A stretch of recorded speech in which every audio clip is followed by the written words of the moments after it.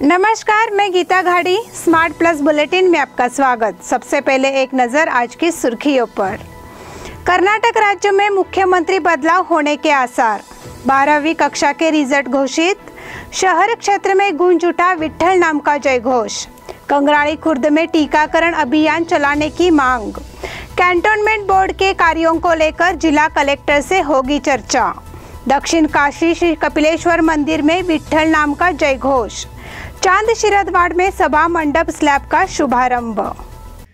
Hotel Adarsha palace आपके लिए लाए हैं फूड पार्सल और home delivery service, breakfast, lunch और dinner, south Indian, north Indian, tandoori.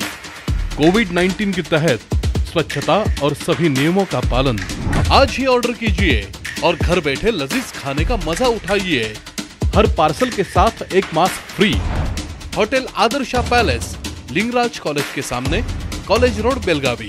Phone 0831 243577 और 8884121718। अब देखते हैं विस्तृत समाचार। कर्नाटक में नेतृत्व परिवर्तन पर बहस ने अब रफ्तार पकड़ ली है। मुख्यमंत्री येडियुरप्पा जी ने 22 जुलाई को कैबिनेट की बैठक बुलाई है।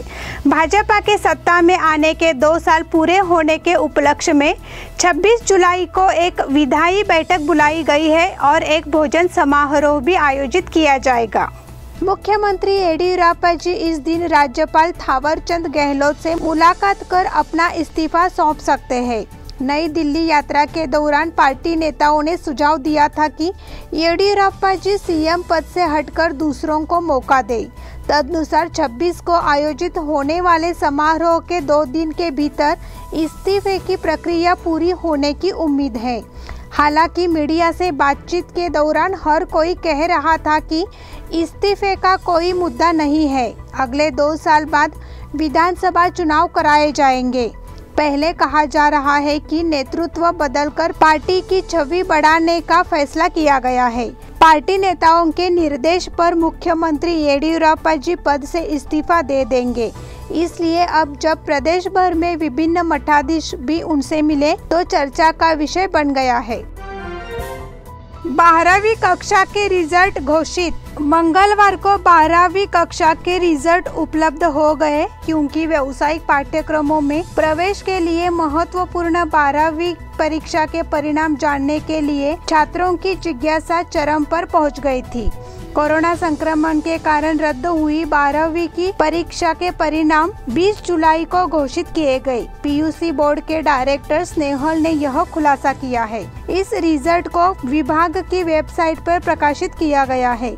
परीक्षा बोर्ड ने श्रेणी के बजाय अंक देने का निर्णय लिया। छात्रों ने रिजल्ट देखने के लिए अपने रजिस्ट्रेशन नंबर के माध्यम से जानकारी हासिल करने के प्रयास किए थे। 12वीं की परीक्षा के रिजल्ट जानने के लिए छात्रों और अभिभावकों में काफी उत्सुकता रही। अब छात्रों को अभी से प्रोफेशनल कोर्सेज के लिए सीईटी एग्जाम देना होगा। शहर क्षेत्र में गूंज उठा विट्ठल नाम का जय घोष। आषाढ़ एकादश के अवसर पर विट्ठल का अटूट जयघोष मंगलवार सुबह बेलगाम शहर सहित उपनगरीय इलाकों में गूंज उठा। शहर के मध्य भाग के साथ ग्रामीण क्षेत्रों के शाहपुर, अनगोल, वडगांव, तिलकवाड़ी और विट्ठल मंदिरों में आषाढ़ एकादश बड़े उत्साह और भक्तिभाव के साथ मनाई गई। कलेक्टर ने महाराष्ट्र में कोरोना संक्रमण बढ़ने के कारण एहतियात के तौर पर दिंडी और वारी पर प्रतिबंध लगा दिया है। साथ ही सोलापुर जिले में कर्फ्यू लगाने के कारण वारकरियों को इस साल घर से ही दर्शन का लाभ लेना पड़ा है। शहर और उपनगरों और ग्रामीण क्षेत्रों में विट्ठल मंदिर में सुबह से ही आषाढ़ एकादश के अवसर पर विभिन्न विट्ठल मंदिरों में पूजा, अभिषेक, भजन, प्रवचन का आयोजन किया गया। श्रद्धालुओं ने शहर के मध्य भाग खड़े बाजार स्थित टेंगशे के विट्ठल मंदिर में बाहर से ही दर्शन किए और कई बापट गली कार पार्किंग में विभिन्न कार्यक्रमों का भी आयोजन किया गया। शहर के विभिन्न स्थानों पर से जाने वाले दिंडी को इस साल रद्द कर दिया गया है। शाहपुर के आचार्य गली स्थित श्री राम मंदिर में आषाढ़ एकादश के अवसर पर सुबह से समय पूजा अर्चना के बाद श्रद्धालुओं को सामाजिक दूरी बनाए रखते हुए विट्ठल दर्शन किए गए। कंगराली खुर्द में टीकाकरण अभियान चलाने की मांग। कंगराली खुर्द की टीकाकरण प्रक्रिया ठप हो गई है, इसलिए पूर्व जिला पंचायत सदस्य सरस्वती पाटिल ने मांग की है कि जिला प्रशासन इसकी जांच करे और ग्रामीणों का टीकाकरण पूरा करे। मांग को लेकर कंगराली ग्रामीणों के साथ कलेक्टर को ज्ञापन सौंपा गया।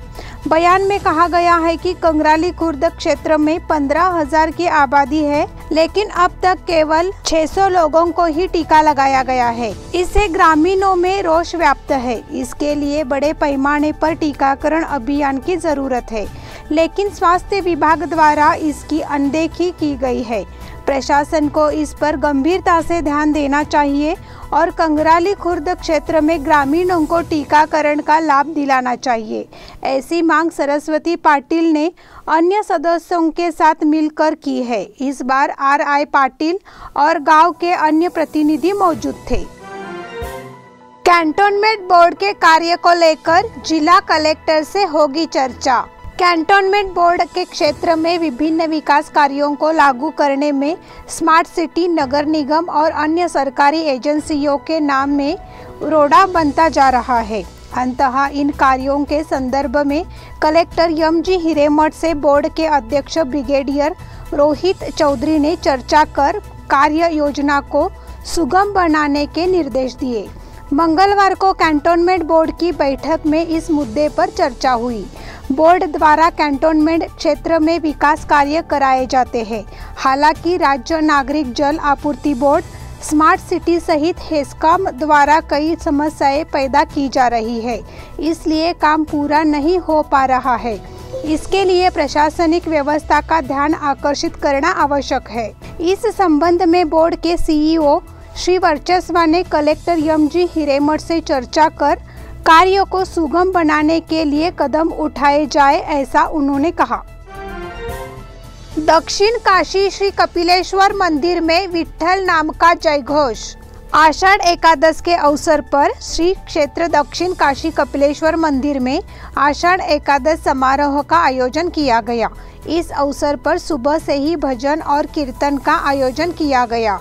श्री विष्णु मंदिर में प्रातःकाल काकड़ आरती कर रुद्राभिषेक किया गया। दोपहर में हरिपाठ और पालकी प्रदक्षिणा समारोह हुआ। देवस्थान प्रबंधन समिति द्वारा विभिन्न कार्यक्रमों का समुचित संचालन किया गया। कार्यक्रम का आयोजन कोरोना को लेकर नियमों के अनुपालन में किया गया। इसमें शामिल होकर श्रद्धालुओं ने कार्यक्रमों का लाभ उठाया। चांद शिरदवाड़ में सभा मंडप स्लैब का शुभारंभ। चांद शिरदवाड़ तालुका निपानी के जागृत ग्राम देवता हजरत चांद शपीर के सामने भव्य सभा मंडप स्थापित किया जा रहा है। स्लैब कार्य का उद्घाटन गणमान्य लोगों ने किया। कई लोगों का मानना है कि यह एक जागृत दरगाह है, जहां हजरत चांदपीर दरगाह पर दर्शन के लिए कर्नाटक, महाराष्ट्र से बड़ी संख्या में श्रद्धालु आते हैं। इस दरगाह क्षेत्र में करीब 20 लाख से भव्य मिलन मंडप स्थापित किया जाएगा। इस मंडप के कार्य का उद्घाटन गणमान्य लोगों ने किया। शिरदवाड़ में पूरे धनगर समुदाय ने इस मंडप के लिए 8,60,000 रुपए प्रदान किए हैं, जबकि बाकी धनराशि सार्वजनिक वितरण से इकट्ठा की जा रही है। इस बुलेटिन के अगले समाचार छोटे से ब्रेक के बाद। होटल आदर्शा पैलेस आपके लिए लाए हैं फूड पार्सल और home delivery service, breakfast, lunch और dinner, south Indian, north Indian, tandoori. कोविड-19 के तहत स्वच्छता और सभी नियमों का पालन। आज ही ऑर्डर कीजिए और घर बैठे लजीज खाने का मजा उठाइए। हर पार्सल के साथ एक mask free. Hotel Adarsha palace, Lingaraj college के सामने, कॉलेज रोड, बेलगावी। फोन 0831 243577 और 8884121718। ब्रेक के बाद फिर से एक बार आपका स्वागत। कारदगा के DS नाडगे हाई स्कूल में कड़ी पुलिस बल के तहत 10वीं की परीक्षा शुरू हुई। छात्रों को ले जाने के लिए निःशुल्क बसों की भी व्यवस्था की गई। राजू खिचड़े ने परीक्षा में बैठे सभी छात्रों को मास्क वितरित किए। पहले दिन परीक्षा केंद्र के सामने सुबह से ही छात्रों की भीड़ लगी थी। कारदगा, बारवाड़ और ढोनेवाड़ी हाई स्कूलों के कुल 284 छात्र कारदगा केंद्र पर परीक्षार्थी थे। व्यवस्था की गई है कि एक कमरे में 12 छात्र, इस तरह से छात्रों को बैठने के लिए 24 कमरों की व्यवस्था की गई है। उप प्राचार्य मंगल कुलकर्णी ने परीक्षा की प्लानिंग के लिए इंतजाम किए थे। इस मौके पर प्रश्न पत्र संरक्षक LA कोने ने भी परीक्षा के बारे में जानकारी दी। बकरी ईद के लिए प्रतिबंधों का पालन करने के निर्देश। बकरी ईद के मद्देनजर बेलगाम शहर और इलाके के साथ ही जिले में कल बुधवार 21 जुलाई को शराब बिक्री पर रोक लगा दी गई है। इस तरह का आदेश पुलिस आयुक्त और अतिरिक्त मजिस्ट्रेट डॉक्टर के त्यागराजन ने तालुका के लिए और जिलाधिकारी और मजिस्ट्रेट MG हिरेमठ ने जिले के लिए लगा दिया है। आदेश में कहा गया है कि 21 जुलाई को सुबह 6 बजे से 22 जुलाई सुबह 6 बजे तक शराब की बिक्री पर रोक लगा दी गई है। इसलिए शराब की दुकानें, बार और रेस्टोरेंट, क्लब बंद किए जाए। आदेश में यह भी कहा गया है कि अगर इस अवधि में शहर और तालुका में शराब बेची जाती है तो संबंधित लोगों के खिलाफ कानूनी कार्रवाई की जाएगी। बकरी ईद पर्व को शांतिपूर्ण ढंग से संपन्न कराने के लिए बचाव के उपाय के तौर पर बेलगाम तालुका सहित जिले की सभी शराब दुकानों को बंद कराया जाएगा। चेतावनी दी गई है कि आदेश का उल्लंघन करने वालों के खिलाफ आबकारी अधिनियम के तहत कानूनी कार्रवाई की जाएगी। स्मार्ट सिटी के काम में भ्रष्टाचार के आरोप। स्मार्ट सिटी योजना के तहत विभिन्न कार्यों पर कितने करोड़ रुपए खर्च किए जा रहे हैं, इसका जल्द ही खुलासा किया जाएगा। फिलहाल यह पता नहीं चल पाया है कि इसमें कौन कौन शामिल है, लेकिन वह नामों की घोषणा करने जा रही है, ऐसा लक्ष्मी हेब्बालकर जी ने संवाददाताओं से कहा। शिंदोली में एक कार्यक्रम के बाद मीडिया ने उनसे स्मार्ट सिटी योजना के बारे में पूछा। उन्होंने कहा कि अगर स्मार्ट सिटी योजना में लोग मर रहे हैं तो यह एक गंभीर मामला है। हम सभी उम्मीद करते हैं कि बेलगाम एक स्मार्ट शहर हो। इस योजना के लिए अब तक 1000 करोड़ रुपए का अनुदान मिल चुका है। इन फुटपाथों पर बार बार लाइटें बदलना स्मार्ट सिटी का काम है। स्मार्ट सिटी योजना के तहत 2 साल पहले बिछाए गए पेवर्स को बदलकर नए पेवर्स लगाने का काम चल रहा है। उन्होंने आरोप लगाया कि इसलिए यहाँ का प्रशासन भ्रष्टाचार से भरा हुआ है। यह आरोप लक्ष्मी हेब्बालकर जी ने किया।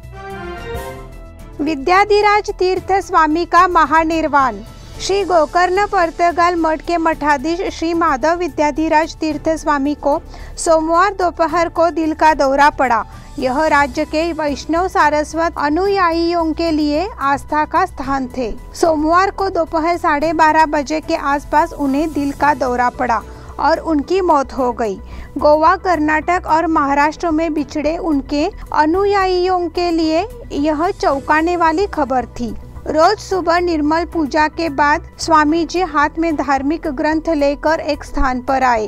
काफी देर बाद जब स्वामी जी के शिष्य उनसे मिलने के लिए ऊपर की मंजिल से नीचे आए तो उन्होंने स्वामी जी को बैठे देखा। उस समय उनका शरीर ठंडा हो गया था। उनकी मृत्यु पर मुख्यमंत्री डॉक्टर प्रमोद सावंत, नेता प्रतिपक्ष दिगंबर कामत, गोवा फॉरवर्ड के अध्यक्ष विजय सरदेसाई, उपाध्यक्ष दुर्गादास कामत ने दुख जताया है। 2 बेटियों की हत्या करने वाला पिता गिरफ्तार। APMC पुलिस ने सोमवार को जादूटोना के लिए घर के सामने रखे चीजों के कारण अपने ही 2 बेटियों को जहर देकर मारने वाले पिता को गिरफ्तार कर लिया। उसे हिरासत में लेकर एक डॉक्टर की सलाह पर कोर्ट में पेश किया गया और हिंडलगा जेल भेज दिया गया। अनिल बांदेकर ने खुद अपनी दोनों बेटियों को जहर देकर आत्महत्या का प्रयास किया। अंजलि और अनन्या की जान जा चुकी है। उसने 14 जुलाई को अपनी 2 नाबालिग बेटियों को जहर दिया था। अनिल का इलाज जिला अस्पताल की ICU में चल रहा था। उसने मानसिक रूप से और खराब स्वास्थ्य की वजह से ऐसा करने की बात स्वीकार की है। अदालत में पेश करने के बाद उसे जेल भेज दिया गया। बिजगर्नी में PDO के तबादले की मांग। बिजगर्नी के ग्रामीणों ने मांग की है कि बिजगर्नी ग्राम पंचायत के लिए नियुक्त नए PDO कल्याणी का तबादला किया जाए। मंगलवार को कलेक्टर को मांग का विवरण सौंपा गया। बयान में कहा गया है कि वर्तमान में बिसगरनी ग्राम पंचायत के लिए नियुक्त पीडीओ कल्याणी पूर्व में भी इस ग्राम पंचायत में काम कर चुके हैं, लेकिन उन्होंने ग्रामीणों की समस्याओं के समाधान को अनदेखा किया है। इससे विकास कार्यों को पूरा करने में भी देरी हुई है, इसलिए उन्हें इस ग्राम पंचायत में फिर से नियुक्त करने की नीति को रद्द किया जाए और उनका तबादला किया जाना चाहिए। ग्रामीणों की ओर से ऐसी मांग की गई थी। यह बयान मनोहर बेलगामकर के नेतृत्व में दिया गया है। बकरी ईद पर गोहत्या रोकने की मांग।